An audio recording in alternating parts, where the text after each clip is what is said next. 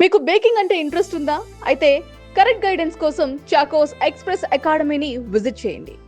హైదరాబాద్ బిర్యానీ ఈ పేరు వినగానే నోరు ఊరిపోతుంది కదా. నిజానికి వీకెండ్ వచ్చిందంటే చాలు ఫ్యామిలీస్ తోటి ఫ్రెండ్స్ తోటి అనేక రెస్టారెంట్లు చుట్టూ తిరుగుతుంటాము. క్యూలు గట్టి మరి సండే అయితే లేదు సాటర్డే అయితే విపరీతమైనటువంటి రష్. అలా గంటల కొద్దీ నిలబడి వెయిట్ చేసి కూర్చొని మొత్తానికైతే లోపలికి వెళ్ళి సీట్ తగ్గించుకొని లోపల తిందామని చెప్పి కూర్చుంటాము. గుమగుమలాడిపోయే బిర్యానీ, లేదంటే పాలక్ పన్నీరు, లేదంటే కడాయి పన్నీరు, లేదు అంటే మటన్ కర్రీ, ఇలా రకరకాలైనటువంటి ఐటమ్స్ ఇచ్చేసి ఎంత బాగున్నాయి టేస్టీగా ఉన్నాయి అనుకుంటూ మనం తినేస్తున్నాము. బయట రెస్టారెంట్ కూడా చూడ్డానికి 3 స్టార్ 5 స్టార్ లెవెల్లో అందంగా బొమ్మలాగా కనపడుతుంటుంది. కానీ మీకు అర్థం కానీ మీకు తెలియని విషయం ఏంటో తెలుసా?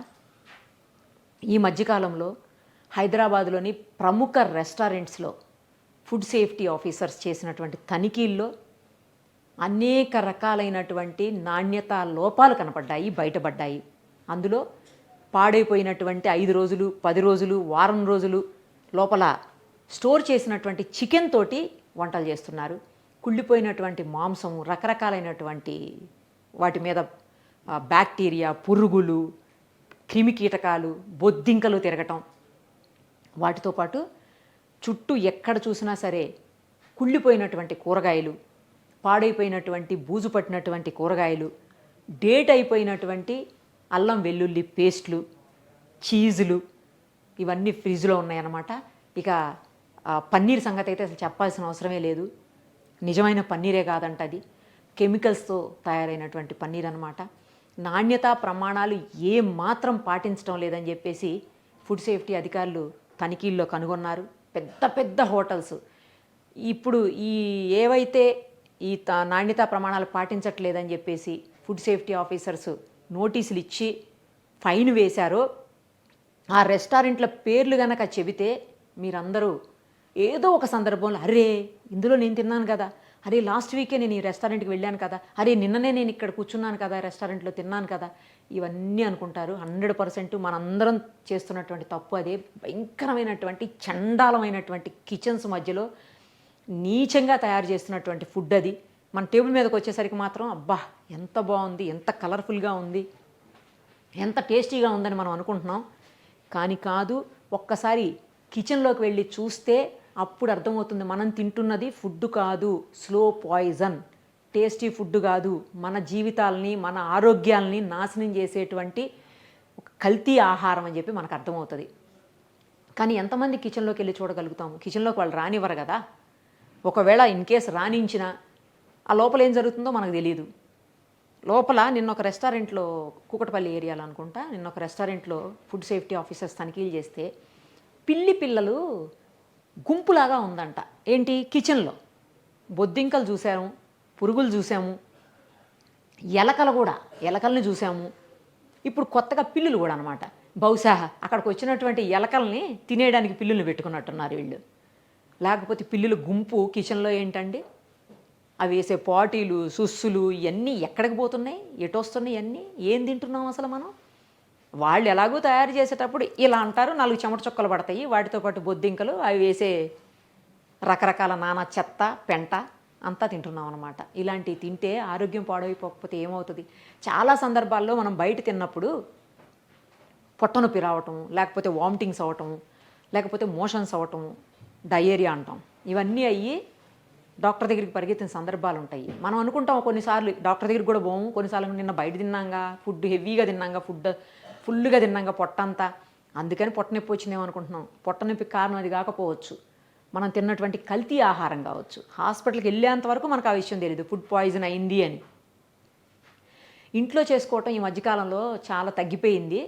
రెస్టారెంట్లు, హోటల్స్కి వీకెండ్స్కి వెళ్ళటం ఫ్యాషన్గా కూడా మారిపోయింది. ఈ వారం అంతా కష్టపడ్డాం కదా, ఇంకా ఏం చేస్తాంలే, వీకెండ్లు కూడా ఒకసారి బయటికి వెళ్ళి తినేద్దామని చెప్పేసి లేట్గా లేవటం, ఆ తర్వాత బయటికి వెళ్ళి రెస్టారెంట్లో టేస్టీగా ఉంది ఫుడ్ అని చెప్పేసి తినేసి రావటం. కానీ దీని వెనక ఏముంది? దీని వెనక ఎంత చండాలాన్ని తింటున్నాం మనం, ఎంత చెత్త మన పొట్టలోకి వెళ్తుంది, ఎంత కల్తీతోటి ఆ ఫుడ్డు మనం కన్జ్యూమ్ చేస్తున్నాం అనేది ఎవ్వరం ఆలోచించట్లేదు. అందరం జస్ట్ ఆ రెస్టారెంట్ చూస్తాము, కూర్చునే ప్లేస్ అబ్బా ఏసీ ఉంది, పెద్ద రెస్టారెంటు, పెద్ద పేరుంది, ఇంకోటి ఫుడ్ కూడా బోల్డ్ అని వెరైటీస్, ఇన్ని వెరైటీస్ ఎవరి దగ్గర లేవు, ఎక్కడా ఉండవు, ఇవి కూడా చెప్తుంటారు కదా. అదంతా నిజం అనుకుని మనం అనుకుంటాం, వెళ్తాం, తింటాం, ఆ తర్వాత పడే కష్టాలు పడతాం. ఇంకొకటి ఏంటంటే ఓన్లీ కేవలం ఈ కల్తీ ఫుడ్ తినటం వల్ల పొట్ట నొప్పి వచ్చింది, మోషన్స్ అయినాయి, కొద్ది రోజులు ఏదో బాధపడ్డాము అంటే కాదు. కానీ అదే క్రమక్రమంగా స్లో పాయిజన్గా మారిపోయి అలా కెమికల్స్తో తిన్నటువంటి ఫుడ్ కావచ్చు, లేకపోతే ఇలా కంటామినేటెడ్ ఫుడ్ కావచ్చు, అడల్టరేటెడ్ ఫుడ్ కావచ్చు, కల్తీ ఆహారం ఏదైనా సరే తింటూ కొంతకాలం పోయిన తర్వాత ఇవి దీర్ఘకాలిక రోగాలకి, అలాగే క్యాన్సర్ మీద బారిన పడేటువంటి అవకాశం కూడా ఉందంట. సో చాలా జాగ్రత్తగా ఉండాల్సిన అవసరం ఉంది. టేస్ట్ ఉంది కదా, మనం కళ్ళెదురుగుండా చేసేశారు, అబ్బా పెద్ద రెస్టారెంటు, పెద్ద పేరుంది, లక్షలు హాస్పిటల్కి తగలేయాలి. తర్వాత ఇక్కడ వేలల్లో, అంటే ఏం చేస్తున్నామంటే వేలల్లో బిల్లులు వస్తాయి మనకి, డబ్బులు కట్టి అనారోగ్యాన్ని కొని తెచ్చుకుంటున్నాం అనమాట మనం ఈ బయట తినటం వల్ల. కొంతమంది అయితే రెగ్యులర్గా తింటుంటారు. నాకు తెలిసిన వాళ్ళు వారంలో 3 సార్లు 4 సార్లు బయట రెస్టారెంట్లో తింటారు. ఎందుకంటే నా రోజు చేసేది కదా, ఏం చేస్తామబ్బా వంట, అందుకనే బయటికి వెళ్ళామంటది ఆమె. ఏంటి, ఎవరికి పెడుతున్నాం?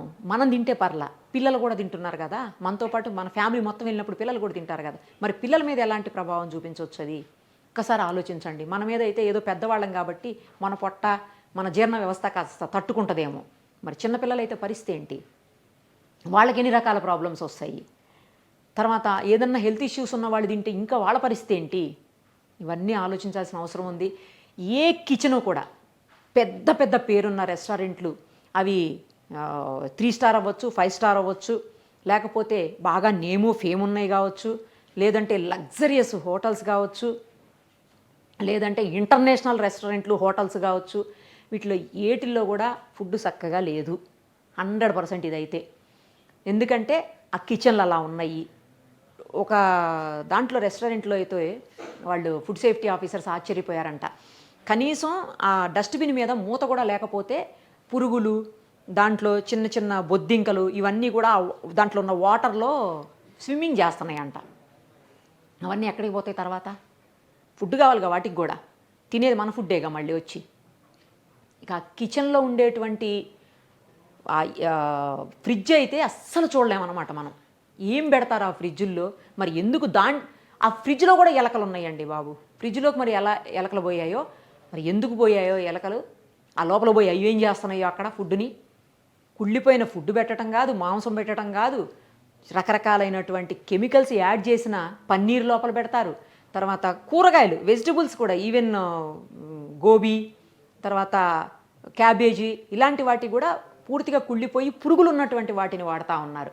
ఇంత దారుణం అండి అసలు. మన దగ్గర డబ్బులు తీసుకుంటూ ఆ పెట్టేదేదో నాణ్యమైన ఫుడ్ పెట్టి చావచ్చు కదా. ఆ మధ్యనైతే ఒకసారి ఏదో ఒక రెస్టారెంట్లో, నాకు పేరు చెప్పడానికి కూడా గుర్తులేదు అసలు పేరు, 3 years బ్యాక్ అనుకుంటా, ఐ థింక్, గచ్చిబౌలి ఏరియాలో ఒక రెస్టారెంట్లో మటన్ అని చెప్పేసి కుక్క మాంసం పెట్టారు. వీధి కుక్కలను తీసుకొచ్చి చంపి పెట్టారంట. దాన్ని కూడా ఫుడ్ సేఫ్టీ ఆఫీసర్స్ అప్పుడు చర్యలు తీసుకున్నారు. అయితే ఇవన్నీ ఏంటంటే జస్ట్ వాళ్ళకున్న యాక్ట్ ప్రకారం, ఫుడ్ అడల్టరేషన్ యాక్ట్ ప్రకారం వాళ్ళకి నోటీసులు సర్వ్ చేస్తారు, కొంత ఫైన్ వేస్తారు, అంతే. ఆ ఫైన్ ఎంత అండి? 1 గంట 2 గంటలో సంపాదించేస్తారు పబ్లిక్ తోటి వాళ్ళు. అందుకని పెద్ద లెక్కలేదు వాళ్ళకి, భయం లేదు, భక్తి లేదు, ఏది లేదు. ఏదో ఒకటి పెట్టి పడేస్తాం, తినేస్తారని చెప్పి మనం కూడా ఫ్యాషన్ అయిపోయి తెగ తిరుగుతున్నాం కదా రెస్టారెంట్ల చుట్టూ. గంటల తరబడి క్యూలు నుంచుని, నేను మొన్న మధ్యన ఒక రెస్టారెంట్లో చూసాం, బయటకి క్యూ నుంచుని ఉన్నారు. ఏంట్రా బాబాయ్ రోడ్డు మీద పోతూ, ఏంటి ఇంతమంది ఉన్నారు ఇక్కడ అంటే ఏదన్నా ఆఫర్ ఏమైనా నడుస్తుందేమో చూసి, ఏం లేదు, సండే ఆఫ్టర్నూన్ అనమాట, అందుకని పెద్ద క్యూ ఉంది. అప్పటికే టైం 2:30 ఏమైంది. మరి వాళ్ళందరూ లోపలికి వెళ్ళి తినేసరికి ఎంత టైం అవుతుంది? అంటే ఒక రెస్టారెంట్ సాటర్డే సండేస్ వచ్చేసరికి ఫేమస్ రెస్టారెంట్లు ఏవి కూడా మార్నింగ్ 11, 11:30, 12, 1కి స్టార్ట్ అవుద్ది అనుకుందాం, 12:30, 1కి. అప్పటి నుంచి ఇంక ఈవినింగ్ కంటిన్యూస్గా నడుస్తూనే ఉంటుందంట. అంటే ఎంతమంది జనం ఇంట్రెస్ట్ చూపించకపోతే నడుస్తున్నాయి ఈ రెస్టారెంట్లు. బంజారా హిల్స్, జూబ్లీ హిల్స్, గచ్చిబౌలి, సికింద్రాబాద్, ఏ ఏరియా చూసుకున్నా సరే, ఇప్పుడు కూకట్పల్లి కూడా రీసెంట్గా పెద్ద నేమ్లు ఉన్నాయి. You name any big restaurant, అన్నిట్లో కూడా ఈ కల్తీ వ్యవహారం నడుస్తూనే ఉంది. ప్లస్ అన్హైజెనిక్ కండిషన్స్లో ఉన్నటువంటి కిచెన్ని కూడా ఫుడ్ సేఫ్టీ ఆఫీసర్స్ గుర్తించారు. ఇలాంటి వాటి మీద చర్యలు తీసుకున్నవి.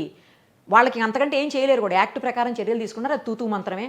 జాగ్రత్తగా ఉండాల్సింది మనమే, మన హెల్త్, మన పిల్లల హెల్త్, ఇవన్నీ జాగ్రత్తగా చూసుకోవాల్సింది మనదే కాబట్టి అల్టిమేట్గా మనం కాబట్టి విక్టిమ్స్ అయ్యేది మనమే జాగ్రత్తగా ఉండాలి. ఆ బాధితులు మనమే లాస్ట్కి. కాబట్టి సాధ్యమైనంత వరకు, మీకు సాధ్యమైనంత వరకు బయట ఫుడ్ని అవాయిడ్ చేయండి. ఇంట్లోనే చేసుకోండి, ఫ్రెష్గా చేసుకోండి. ఈ గోల ఏది ఉండదు. పిల్లలకు కూడా హెల్త్ బాగుంటుంది. మనం అలవాటు చేస్తే మెల్లగా రేపొద్దున పిల్లలు పెద్ద అయిన తర్వాత వాళ్ళు కూడా ఎక్కువగా రెస్టారెంట్లకు పోకుండా ఇంట్లోనే తింటుంటారు. సో మనకు కావాల్సింది టేస్ట్ కాదు, లేకపోతే పెద్ద రెస్టారెంట్ కాదు, మన ఆరోగ్యం. సో మన ఆరోగ్యం మన చేతుల్లోనే ఉంటుంది. జాగ్రత్త గురు. Thank you.